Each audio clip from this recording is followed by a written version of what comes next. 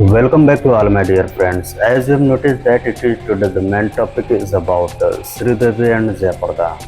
श्रीदेवी और जयप्रदा के बीच दुश्मनी की शुरुआत कैसे हुई और उन दोनों के शुरुआती करियर में कैसे ज़्यादा कंपटीशन बढ़ते गए और ये बाद में कैसे धीरे धीरे उन दोनों के बीच में गहरी दुश्मनी होती गई।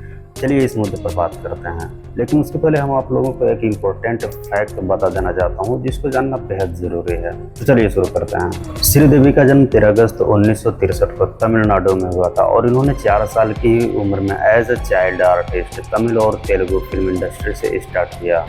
और वहीं बात करते हैं जयप्रदा की, तो इनका जन्म 3 अप्रैल 1962 को आंध्र प्रदेश में हुआ था। इन्होंने 14 साल की उम्र से ही अपने करियर की शुरुआत साउथ इंडियन सिनेमा से की थी।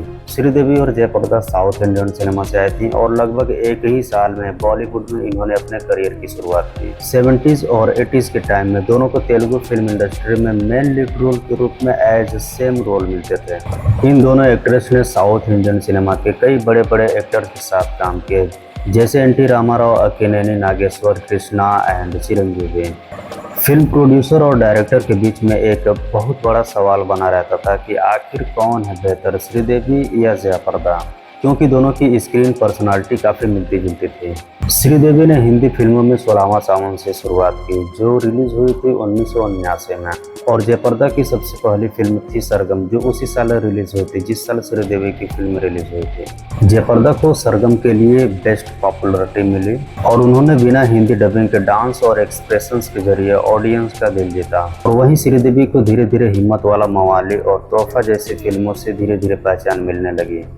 इन दोनों एक्टर्स को स्टार्टिंग में हिंदी बोलने में काफ़ी ज़्यादा दिक्कतें हुई, लेकिन श्रीदेवी धीरे धीरे हिंदी डबिंग सीख ली, जबकि जयप्रदा लंबे समय तक डबिंग आर्टिस्ट का सहारा लेती रही। डायरेक्टर एंड प्रोड्यूसर के राघवेंद्र ने इन दोनों को एक साथ कास्ट करके एक फिल्म बनाई जिसका नाम था तोहफा। इस फिल्म के सेट पर इन दोनों के बीच ही कोल्ड वॉर शुरू हो गया और यहीं से इन दोनों के बीच मनमुटाव पैदा हो गया और एक दूसरे से बातें करना बंद कर दी। इस फिल्म के बाद पूरे फिल्म इंडस्ट्री में ये अफवाह फैल गया कि श्रीदेवी और जयप्रदा एक दूसरे को पसंद नहीं करती थी। श्रीदेवी के पति बोनी कपूर श्रीदेवी को एज ए टॉप प्रोजेक्ट में काम लिया, जिससे जयप्रदा को ये लगने लगा कि उनको साइडलाइन किया जा रहा है। लेकिन फिर भी जयप्रदा कोई भी बात अपने दिल पर हल्के नहीं लेती थी, क्योंकि राजेश खन्ना, धर्मेंद्र, जितेंद्र और अमिताभ बच्चन जैसे बड़े स्टार उनको एज आर्टिस्ट काफी ज्यादा पसंद करते थे। जयप्रदा ने जितेंद्र के साथ 24+ फिल्में की, राजेश खन्ना के साथ 10+ फिल्में की, धर्मेंद्र, अमिताभ और ऋषि कपूर के साथ उन्होंने 5 या 7 फिल्में की,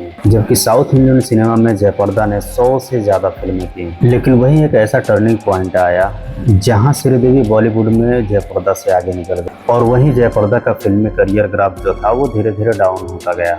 साउथ इंडियन सिनेमा के सबसे बड़े सुपरस्टार रजनीकांत इन दोनों को एक साथ बैठाया और कुछ सुलह कराने की कोशिश की, लेकिन श्रीदेवी ने उस वक्त कोई भी इंटरेस्ट नहीं दिखाया। श्रीदेवी ने कभी भी इस दुश्मनी पर खुलकर बयान नहीं दिया। She always avoid to speak about her personal life. लेकिन वहीं जयप्रदा ने 2018 में एक बयान दिया। उन्होंने बयान में कहा कि हम दोनों ने साथ में कई सारे फिल्में की, लेकिन फिर भी हम दोनों के बीच में दोस्ती नहीं हो सके।